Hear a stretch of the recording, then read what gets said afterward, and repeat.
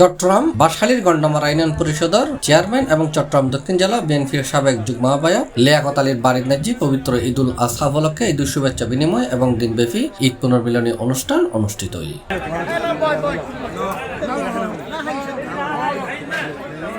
দিনব্যাপী অনুষ্ঠিত অনুষ্ঠানত পুরো বাঁশখালীর প্রায় প্রত্যেক ইউনিয়ন এবং পৌরসভাতুন প্রায় ৩০০ সহস্রাধিক ছাত্রদল, যুবদল এবং বিএনপির নেতাকর্মীও উপস্থিত থাকিয়ে মধ্যাহ্নভোজত অংশগ্রহণ করছে।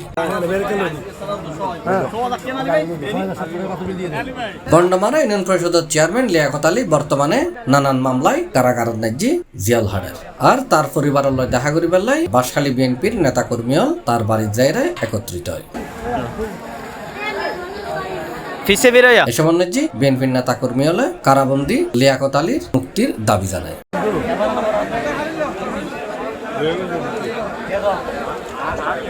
C+ চট্টগ্রাম।